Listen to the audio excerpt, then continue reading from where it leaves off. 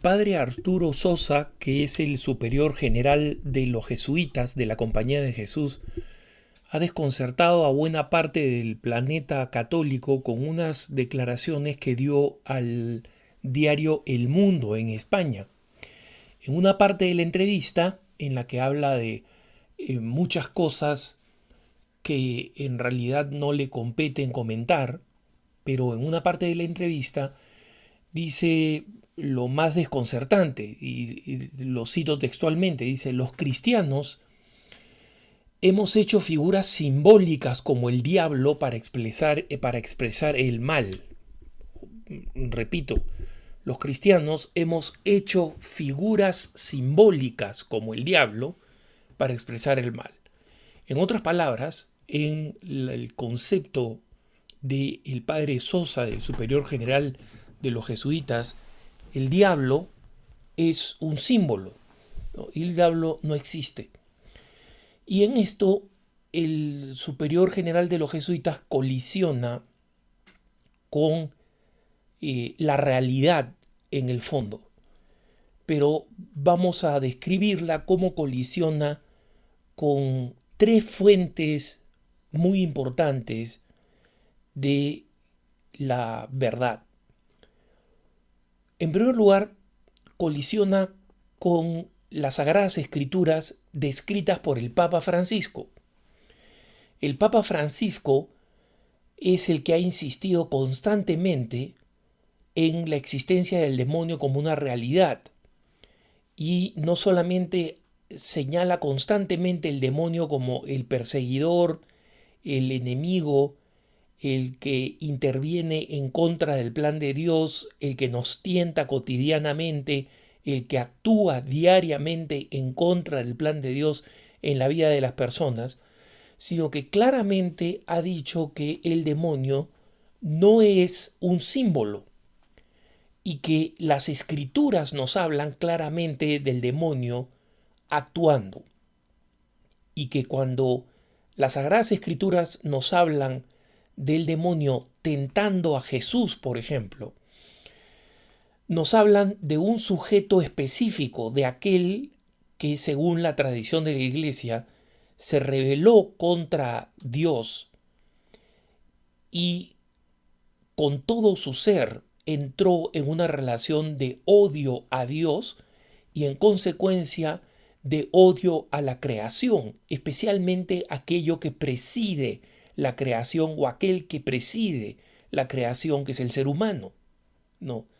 Y el Papa lo ha repetido hasta el cansancio. El Papa es un convencido de la existencia y de la acción del demonio, y en sus homilías en Santa Marta, que son sus homilías más pastorales, digamos, donde predica como un párroco prácticamente, está constantemente recordándonos de la acción del demonio como un individuo real, existente, que actúa tenazmente y contra el cual hay que combatir.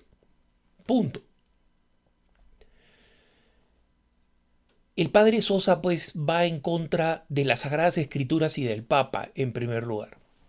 En segundo lugar, va en contra de la enseñanza explícita de la Iglesia. Si nosotros vamos al catecismo de la Iglesia Católica, el catecismo le dedica varios puntos a partir del 2850 del catecismo, es decir, de la Capite 2850 en adelante. El catecismo le dedica numerosos puntos, ¿no? En esta parte dedicada al Padre Nuestro, y donde elabora el catecismo esta parte específica del Padre Nuestro, donde decimos: y no nos dejes caer en la tentación, y líbranos del mal. En el 2850 el catecismo dice lo siguiente, leo textualmente: la última petición a nuestro Padre está también contenida en la oración de Jesús, cuando dice en Juan 17:15: no te pido que los retires del mundo, sino que los guardes del maligno. Esta petición, sigue diciendo el catecismo, concierne a cada uno individualmente, pero siempre quien ora es el nosotros, en comunión con toda la Iglesia y para la salvación de toda la familia humana. La oración del Señor no cesa de abrirnos a las dimensiones de la economía de la salvación. Nuestra interdependencia, es decir, esta conexión que tenemos entre hombres y mujeres en la historia y en el mundo, nuestra interdependencia en el drama del pecado y de la muerte, se vuelve solidaridad en el cuerpo de Cristo en comunión con los santos. Pero, ¿qué cosa explica, después de explicar esto tan bellamente, qué es lo que dice el punto siguiente del Catecismo 2851? Dice, en esta petición, es decir, no nos dejes caer en la tentación y líbranos del mal, en esta petición, el mal no es una abstracción, sino que designa una persona, Satanás, el maligno, el ángel que se opone a Dios, el diablo, del griego diabolos, es aquel que se atraviesa, eso es lo que significa diabolos, el que se atraviesa, el que se interpone, el que interrumpe. El catecismo dice, el diablo, diabolos, es aquel que se atraviesa en el designio de Dios y su obra de salvación cumplida en Cristo. Es aquel que interfiere. Y repito esta parte importante. El mal no es una abstracción, sino que designa una persona, Satanás, el maligno, el ángel que se opone a Dios. ¿Y qué dice el punto siguiente, 2852? Dice, es el homicida desde el principio, mentiroso y padre de la mentira. Satanás, el seductor del mundo, es aquel por medio del cual el pecado y la muerte entraron en el mundo y por cuya definitiva derrota toda la creación entera será liberada del pecado y de la muerte. En otras palabras, no hay manera de afirmar, como decía el padre Arturo Sosa en esta entrevista con el diario español El Mundo, que el demonio es una figura simbólica. No hay manera de decirlo. El padre Sosa no ha ofrecido más explicaciones a esta entrevista y lamentablemente no ha salido a aclarar lo que debería aclarar como hijo de San Ignacio. Pero no me importa aquí concentrarme en criticar al padre Sosa, sino en criticar esta tendencia que vamos a encontrar en algunos sacerdotes. Si lo encontramos en el superior general, en el prepósito general de la orden de los jesuitas, de la Compañía de Jesús, es posible que lamentablemente lo encontremos en otros sacerdotes, y es importante saber que el sacerdote que enseña esta doctrina, es decir, que el diablo no existe y que solamente es un símbolo del mal, así en general, está yendo en contra directa de todo lo que enseña la Iglesia. Y de todo lo que enseña la Iglesia, no solamente en el campo teórico, sino que las afirmaciones del padre Sosa van, en tercer lugar, en contra de la experiencia de aquellos que les toca lidiar en la Iglesia cotidianamente con la acción de Satanás. El diablo existe. Y el diablo no es una figura simbólica para nada. Como les decía al comenzar este punto de vista, el padre Sosa va contra tres cosas. La enseñanza de la Biblia, tal como nos las entrega habitualmente el Papa, el catecismo de la Iglesia Católica y luego el hecho concreto de lo que nos dicen los exorcistas. Esa es una de las realidades más importantes que nosotros tenemos que tener en cuenta. Hace poco, el exorcista de Roma, el exorcista italiano, contestó al padre Sosa y dijo: el demonio absolutamente existe, nosotros vemos sus frutos, combatimos contra él mano a mano, obviamente solamente con la gracia de Dios, porque para un hombre es imposible combatir contra el demonio de una manera que sea exitosa, es absolutamente imposible, pero con la ayuda y con la gracia de Dios los exorcistas combaten constantemente. Y esto es cosas que los sacerdotes que trabajan como exorcistas saben más, pero cualquier párroco, cualquier sacerdote que está en la línea de combate, que está en el frente del combate, lo sabe. Como digo, el exorcista de Roma y un exorcista en Verona, en el norte de Italia, han salido a decir que es absurdo para la experiencia que ellos tienen cotidianamente pretender que el demonio no existe. El demonio existe, es una realidad constante, acecha contra los seres humanos, los obsesiona, los agrede, los ataca, los posee en el peor de los casos, ¿no?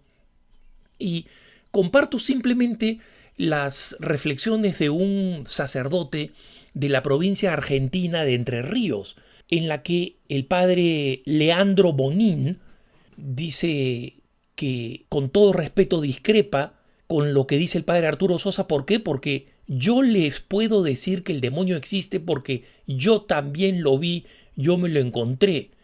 Si una persona no tiene fe, si una persona no cree en Cristo, evidentemente que tranquilamente puede dudar o puede negar la existencia del demonio. Estoy citando acá al padre Bonín, al padre Leandro Bonín, de la provincia de Entre Ríos. Y dice, porque no se puede pedir a alguien que no cree en Dios o no cree en la palabra de Jesús que acepte la existencia de una criatura espiritual. Efectivamente, esto es cierto, ¿no? Es imposible pedirle que alguien acepte la existencia de una criatura sobrenatural cuando se da una situación de no creencia. Sin embargo, cuando nosotros abrimos el Evangelio, abrimos la Biblia, tanto en el Antiguo como en el Nuevo Testamento, el primer libro, que es el Génesis, hasta el último, que es el libro del Apocalipsis, aparece la serpiente, el dragón, que es el demonio, dice el sacerdote. Y dice, es incomprensible cómo alguien que cree en Jesús, que pertenece, que dirige una congregación que se llama la Compañía de Jesús, puede negar algo que en la enseñanza de Jesús es tan clara y tan evidente. Nuestra fe en la existencia del demonio se funda en las Escrituras, y el magisterio de la Iglesia lo ha ido desarrollando a lo largo de los siglos. Pero el sacerdote dice que lo más importante en su experiencia, yo lo he visto, yo me lo he encontrado, dice el sacerdote. En algún momento de mi ministerio sacerdotal, como a tantos otros sacerdotes, el obispo nos confió la tarea de acompañar, de consolar y de ayudar a salir de esta situación dolorosa que es la posesión o la obsesión diabólica. Es decir, el padre ha sido nombrado en algún momento exorcista de la diócesis. Y dice, me tocó estar presente en varias situaciones de personas poseídas acompañando o realizando el rito del exorcismo, autorizado plenamente por el obispo, que es el exorcista en cada diócesis. Cuando uno está en un exorcismo, cuando uno ve las reacciones de las personas que están bajo el poder de Satanás, no puede dudar más de la existencia del demonio, dice el sacerdote.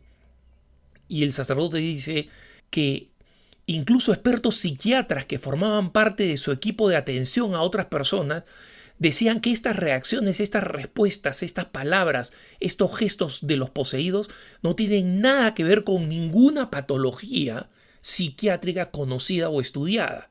Esto es para los que creen que en realidad la posesión es algo absolutamente psiquiátrico o mental.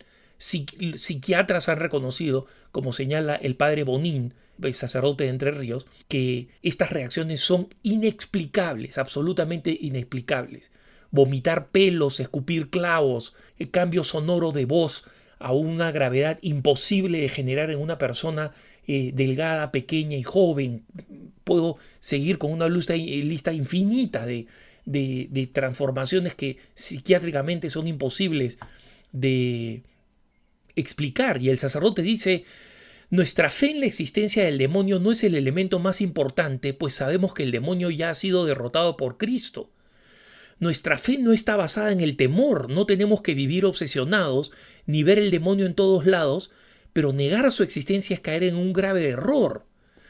Lo más grave, lo más terrible de negar la existencia del demonio, dice el padre Bonín, es que se termina poniendo en cuestión la validez de las mismas Sagradas Escrituras, porque si algo que está tan claro en las Sagradas Escrituras lo podemos dejar de lado, podemos decir, no, esto no es revelación, no es palabra de Dios, es un invento humano. Y el padre Bonin señala que los casos de posesiones no son frecuentes, son una acción extraordinaria del demonio. Pero la acción común y ordinaria, dice el padre Bonin, en el fondo es la más peligrosa. Es la tentación, pues es la única que puede privarte del cielo.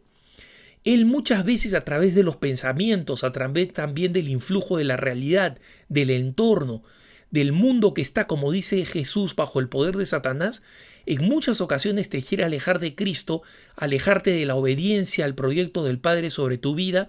Esa es la acción más continua y más constante. Y de esta manera el sacerdote nos da un testimonio importante como el que coinciden todos los exorcistas que hasta ahora han respondido al padre Sosa. Y esperemos que esta certeza en la Iglesia, que al negarla, la existencia del demonio, ponemos en duda también la necesidad de la salvación, porque si no hay mal, ¿para qué necesitamos redención? El padre Sosa la pueda aclarar próximamente diciendo que fue un malentendido, una expresión desafortunada o un error de parte de quien copió la entrevista que dio al mundo. Que tengas un buen día.